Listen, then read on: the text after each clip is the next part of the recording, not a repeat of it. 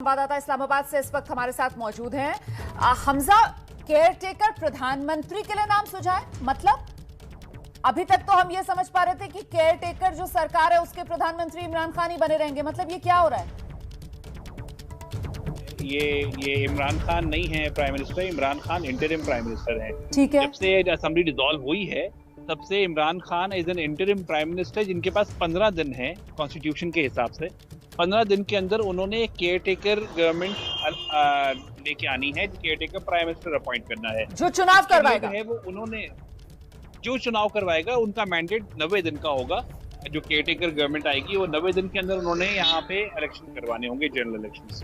तो अभी इमरान खान की जो इनकी तरफ से जो है वो as an interim prime minister recommendation जो है वो ऑपोजिशन को भेज दी गई है और उन्हें कहा गया है कि 3 दिन के अंदर अंदर आप अपनी रिकमेंडेशन दीजिए कि वो किसको बनाना चाहते हैं। मैं जरा सा अपने दर्शकों के लिए इस खबर को बयां कर दूं कि हमारे संवाददाता बता रहे हैं कि कंफ्यूज होने की जरूरत नहीं है। इमरान खान फिलहाल इंटरिम प्राइम मिनिस्टर है। इंटरिम प्राइम मिनिस्टर 15 दिन के लिए इमरान खान को बनाया गया है और क्योंकि संसद वहां पर भंग कर दी गई है, ऐसे में चुनाव होना है और पाकिस्तान का संविधान यह कहता है कि वहां चुनाव जो है वो केयर टेकर प्रधानमंत्री और सरकार की देखरेख में एक तरीके से होता है। तो वो केयर टेकर प्रधानमंत्री जिसे 90 दिन के लिए बनाया जाता है और उसी की देखरेख में चुनाव कराया जाता है, उसी के लिए ये नाम जिनके लिए सलाह मांगी गई है राष्ट्रपति की तरफ से। तो ऐसे में सहमति बनना तो मुश्किल है यहां पर, जिस तरीके की आर पार छिड़ी हुई है इमरान खान की पार्टी और विपक्ष के बीच। हमजा,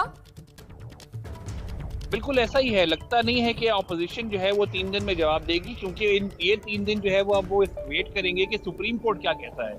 वो चाहेंगे कि इमरान खान की जो है वो बेइज्जती हो सुप्रीम कोर्ट के जरिए। अगर इमरान खान का ये फैसला गलत किया गया है तो वो नो कॉन्फिडेंस मोशन को भले ही रिवोक करवा लें और फिर कहें कि हमने जो कहा था वो सही था और अब हम इलेक्शन में जा रहे हैं। लेकिन वो चाहेंगे कि सुप्रीम कोर्ट जो है वो पहले फैसला दे, उसके बाद ही ये केयर टेकर की तरफ सेटअप की तरफ जाएं, उससे पहले वो नहीं जाना। हमजा, आशीष बोल रहा हूँ, एक थोड़ी सी क्लैरिटी आपसे चाहिए। अभी आपने कहा ना कि नो कॉन्फिडेंस मोशन अगर पलट दिया जाता है, और अब से थोड़ी देर पहले आपने बड़े क्लियरली ये हमें बताया था कि सुप्रीम कोर्ट के चीफ जस्टिस ने इस बात से इनकार कर दिया है, खारिज कर दिया है कि वो जो कल हाउस में हुआ था नो कॉन्फिडेंस मोशन को लेकर के, उस पर सुनवाई नहीं करेंगे।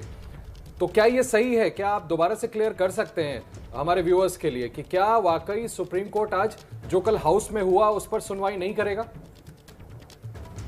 जी बिल्कुल ऐसा ही है, कर नहीं सकता है सुप्रीम कोर्ट। आर्टिकल 69 है पाकिस्तानी कॉन्स्टिट्यूशन का, उसमें जो है कोर्ट ने ये मेंटेन किया हुआ है और कि जो नेशनल असेंबली के अंदर प्रोसीडिंग होगी उसको कोई भी चैलेंज नहीं कर सकता। नहीं, ये आपका भाई, ये आपका इंटरप्रिटेशन है या जैसे मैं फिर दोहराऊं, माफ कीजिएगा, एक ही चीज पर मुझे, हाँ वही मैं जानना चाह रहा था।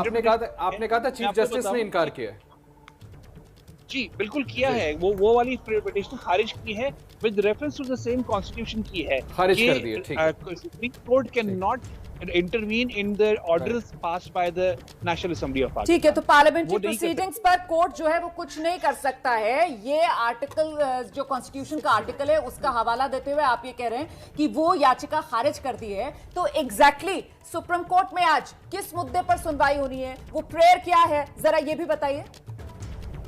सुप्रीम कोर्ट ने जो सो मोटो नोटिस लिया है वो लिया है प्रेसिडेंशियल ऑर्डर के ऊपर, जिसके थ्रू असेंबलीज डिसॉल्व कर दी गई। तो सुप्रीम कोर्ट ने बेसिकली ये देखना है कि प्राइम मिनिस्टर, उस तक के प्राइम मिनिस्टर एक जो पर कल थे जिन्होंने ऑर्डर ये रिकमेंडेशन दी, तो क्यों दी, क्या रीजन थे, और प्रेसिडेंट से पूछेंगे कि आपने अगर असेंबली डिसॉल्व की तो उसके रीजंस क्या थे। अब हमें रीजंस तो गवर्नमेंट ऑलरेडी जो है बता चुकी है कि बाहर की कॉन्स्पिरेसी थी, एक थ्रेट लेटर था, उस लेटर में साफ मेंशन था, इसी वजह से जो है उन्होंने ये कर दिया। अब ये सारे मामले सुप्रीम कोर्ट में डिस्कस किए जाएंगे।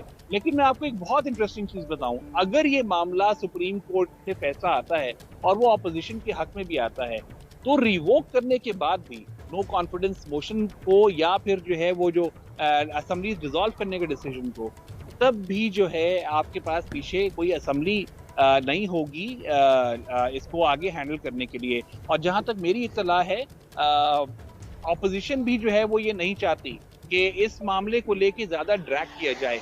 वो भी इलेक्शन में जाना चाहते थे, गवर्नमेंट भी खुश बैठी हुई है क्योंकि वो भी इलेक्शन में जा रही है। और अब तो ये भी मजाक बनाया जा रहा है कि अगर फॉरेन कॉन्स्पिरेसी वाकई थी बाहर की, तो वो भी तो यही चाहते थे कि इमरान खान गिर जाए। तो उनके साथ मिलके किसने हुकूमत गिराई है फॉरेन कॉन्स्पिरेसी को लेके, ये अभी तक समझ नहीं आ रही। क्या इमरान खान उनके साथ मिले हुए हैं या ऑपोजिशन मिली हुई है? क्योंकि हुआ वही है जो वो अलेज कर रहे थे कि इनकी हुकूमत गिर जाए।